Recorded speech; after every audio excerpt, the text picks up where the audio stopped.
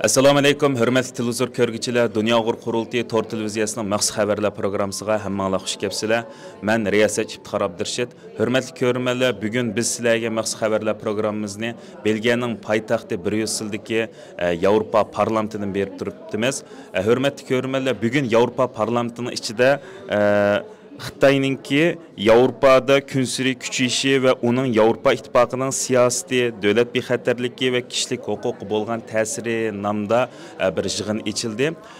Xo'sh, hurmatli To'qinaysa apandim, bu yig'inninki temasi aslida bir savaldek qo'yilgan ekan. Xitoyninki Yevropadagi kunsiri kuchayishi ve onunki Yevropa ittifaqının onunğa tədbir eliş üçün nimalarni qilish haqida içilgan yig'in haqida qarorlar yoki fikrlar bulundu. Rahmet, bugün Avrupa Parlamentining muavin reisi Pina Hanım'ның sahipxonlik qilishi ve Dünya Qurultiyi İtalya İnsan Hakları Federasyonu birlikte bu yığını bir yerde ötküzdük. Siz mi degендегидek bu yığının temisi Xitayning Avrupa İttifaqıdaki tesiri, kengayotgan tesiri ve bunun Avrupa'nın milli bexatarligi ve insan hakları bo'lgan tesirinin qaysi derecege bakanlık müzakere kılındı bir yerde. Ben Uygurlarga vakaleten Xitayning chegara halqıgan besim siyaseti hakkında doklad berdik. Tibetlik aktivist, Hong Kongluk aktivistler o'xshamagan nuqtadan Xitoyning chegara halqıgan siyasetlerini bir yerde etip ettik paketler bilan. Ve en ahırda nurgulagan bir yerde güzel teklifler Avrupa İttifaqı'nın, Avrupa Komisyonu'nun, Avrupa Birliği a'zo devletlerine bo'lgan taleplerimizni oturup koyduk. Demek Xitayning bugün chegara halqıgan bu bastır siyaseti yalnız Uygurlarning, Tibetliklarning, Hong Kongluklarning ve Tayvanliklarning bexatarligini tahdid qilib qolmay, Avrupa'nın mu bexatarligi tahdid qilgan bir holiga keldi. Bu devletning bütünlüğüne ta'sir qilyotdi. Devletning suverenitesiga, milliy egemenlik huquqiga ta'sir qilyotdi. Mushu nuqtalarni gavlandirib bir yerde Avrupa İttifaqı'nın erişik tegishlik tedbirleri müzakere kılındı, teklifler oturup koyuldu. Mesela Xitayning hazırgıcı Avrupa İttifaqı'da 30'un artıq şehirde sakçı punktlarını qo'yganliklari. Bunu xalqarodagi tashkilotlar tarafidan oturup koyulganliklarini oturup koyup maxsus mexanizmlarni tashkil qilish. Masalan, har qaysi Yevropa İttifaqida va Yevropa İttifaqı a'zo davlatlarda chegara halqıgan Xitoyning chegara halqıgan besim siyasetini uchun maxsus alayda raportorlarni ve bunun tekşirdiğin alayda organlarni, kurumlarni qurish meselesi. Anındakin muşu ziyankeşlik uçturgan bulup Uygurluğa, Tibetliге o'xshaydigan bunun bivas ziyankeşlik uçturgan faaliyetçilerinin derhal rapor kıldıgan veya ki normal avam xalqının mı muşdan narsa uçturgan vaqt derhal doklad kıldıgan bir kızık telefon liniyası kuruş gerekligini. Anın deyinken Avrupa İttifaqı'nın Xitay emeldarlarını veya Xitay organlarını nispeten ambargo yürütüş mekanizmini, Magnitsky prensipleri boyunca ambargo yürütüş gerekligi, o'xshamagan nuqtalardan iqtisodiy ambargo yürütüş gerekligini, o'xshaydigan, o'xshamaydigan şekillerdeki tavsiye teklifler oturup koyuldu. Elbette bu bir qatımlık yaxshi bir müzakere oldu. Nurg'un parlament a'zolari qatnashdi, mutaxassislar qatnashdi. Endi bu yig'in muşdak davamlışı arkalık Avrupa İttifaqı'nın Xitayning chegara halqıgan bir isim siyasetinden ünüm bireleydiğen bir emniyet tertip qo'llangan derecege kelish. Xo'sh, To'qinaysa apandim, endi bu yig'in tugagandan keyin bu yig'inga o'xshash vaqtda har qaysi sohalardagi muxbirlar va kishilik huquq tadqiqotchilari, ko'zatuvchilar qatnashgan bo'ldi. U yerda iboyatdan yig'in tugagandan keyin bir savol so'rdi bir muxbir.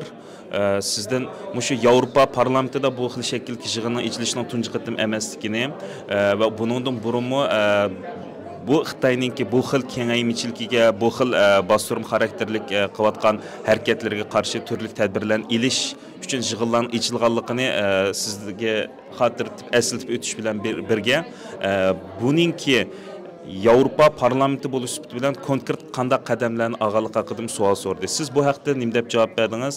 Ana yenizdagi bir italiyalik ayol xatolashmasam ismi Eleonora Mengoli.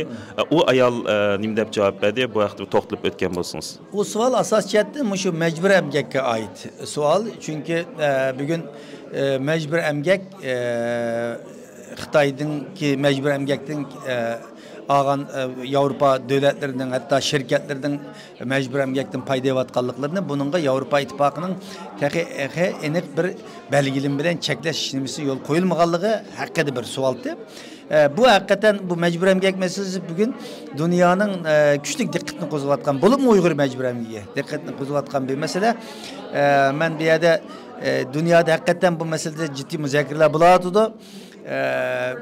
Mecbur emgekni to'xtatish masalasi haqida Birleşken Devletler Teşkilatı'nın Avrupa İttifakı her kay devletlerinin parlamentlerinin müzakerelerinin bulayotganligini ben akşam tönügün Birleşken Devletler Teşkilatı'da 3 gün devam kılan ticaret ve insan hakları munbirinin yığınıga kelganligim iyadimi nurg'ulg'an devletler, şirketler, teşkilatlarının bu vaqtda jiq fikirlerini qilganliklarini dünyanın başka yerinde bulayotgan ama quruq gapning jiq bo'lib, amaliy harakatning az bo'layotganligini. Faqat Amerika dilam Uyghur mecbur emgini cheklaydigan bir qonun chiqib, bu yil 6-oyda bu rasmiy ijro qilinishga boshlaganligi, buning yaxshi bir boshlang'ich bo'lganligi, ammo Yevropa Ittifoqining bu masalada texi aktiv bir pozisiyon elib, muzokaralar bo'layotdi. Tanqidlar bo'layotdi. Ammo aniq bir konkret programlar ve onun aldın algan tedbirler kanun boyunca texi uygulanmaganlıkları, bunun Avrupa'nın bir acizliği bo'lganligi, şununla Avrupa İttifakı'nın ciddi şekilde Amerika'dan ülge elip derhal müşna bir kanunun çıkırışı, tedbirlerini çıkırışı, arkalık Xitayning bütün mallarını Avrupa'ya kiriş çekleş gerekliğini. Oturup koyduk çünkü meyil tekstil sanayeti olsun, veya ki bo'lmasa quyosh taxtisi, energiya taxtisininki meselesi olsun. Bugün dünyada avtomobil sanayininki elektronlik avtomobil ötüvatkanlık ama bunun bataryasının bozulmuştan hemmisinden Uygur mecbur emgigi bivas çetişlik bo'layotganligi. Her bir Avrupalık, her bir insanın gündelik hayatında Uygur mecbur emgigi bilen çetişlik bo'layotganligi. Ne bunu hatırlaş arkalık Avrupa İttifakı'nın bununla emeli kademler bilen ciddi bir hareket kılış hakkında sözlep ettik. Anındaki Elinor Hanım'ı İtalya İnsan Hakları Federasyonu'nun ki hadimi, muavin reisi, o mu bu hakta özünün teşkilatlarından kuvatkan faaliyetleri hakkında malumat verip etti. Sizga rahmat. Oxirsida siz mi ibodatdan deb eskartib o'tdingiz, ekranning keyingi vaqtingizda, yig'inki vaqtda bu Xitoy konsulxonasining o'zininki odamlarni avatibdi bu yig'inga. Ular har xil yangi kimliklar bilan o'zlarini saxta kartochkalarni yasab turib bu yig'inga qatnashgan bo'ldi. Bu vaqtda sizga qanday uchirib keldi? Uninki Xitoy konsulxonasidan avatilgan bir xodim ekanligini qanday bilib yetdinglar? Ya bu yığın hem de uçuk bir yığın. İltimas kılan insanlar Avrupa İttifakı'da kiriş ruhsatı olan insanlar kireleydi. Bu hanımın ismi Yang mu? Şundakken bu vizitkisini bədi. Başkalarla vizitka bunlaştı da vizitkisi de məhfi mi yok uçuk da yaptı. Xitayning Avrupa İttifakı'daki elçixanasının birinci sekreteri iken. Yani bir kişi mi katlaştı? İkisi katlaştı. Menin hayran qalğaным hem de biz Birleşken Devletler Teşkilatı tönüge yığınla katlaştık. İyada gap qılğan vaqtlarımızda meyli umum yığın bolsun, meyli özra müzakereler bolsun, Xitay elçixanası edemeýärdi. Ama ular çoğun bizim fikrimizge narazılık bildirip bizning fikrimizni qo'pib, iyada Xitoyning iyadagi siyosatini oqlaydigan bir bayonotni berdi. Ama bugun mana shunda demak ular qatnashgandan keyin cho'qim bizning bu yerdagi mayli mening fikrimga bo'lsin, mayli Tibet, Hong Konglarning bo'lsin, cho'qim qarshi bir fikr bayon qilib, Xitoy hukumatining bu yerda propagandasini qildi degan ideviy tayyorlikda edim. Ama yığınga katnaştı. Katnaşıp anlap hiç kandak bir fikri bildirmey çıkıp ketdi. Şunun qarğançaq deydigan gap tapanmadım o. Ya bolmasam de nim boldu bu biraz meni hayran kaldı de. Demek bugün bir Xitay elçixanasının diplomatlarının kep katnaşı bunu bizim ağzımızdan anlışı ve başka parlament azalarının aldıda bu neslerini anlap çıkıp ketkenliginin üzü elbette yaxşı bir aval. Çünkü bizga qarshi bizim fikrimizga qarshi gap qilsa loyiqida javobini olgan bo'ladi. Balkim texmi bu yerda rezil bo'lishdan saqlanish uchun bo'lgan bo'lsa kerak. Ama bugün bütün suhbatlar not oldi. Yig'indan keyin ketdi. Bugün ifade bildirmaganligi, hech qanday bizga reaksiyon, norozilik bildirmaganligi meni biraz hayron qoldirdi. Xoş Dolqun İsa efendim, hem de Avrupa parlamentida mı Uygur Dostluk Grupusu olan parlamentlarının bir so'pi hesaplandı. Bu Uygur Dostluk kurulgandan tatip Avrupa parlamentida hazırgıça bu Uygur Dostluk Grupusu qanday xizmatlarni ilib bardi ve qanday xizmatlarni ilib barmoqchi?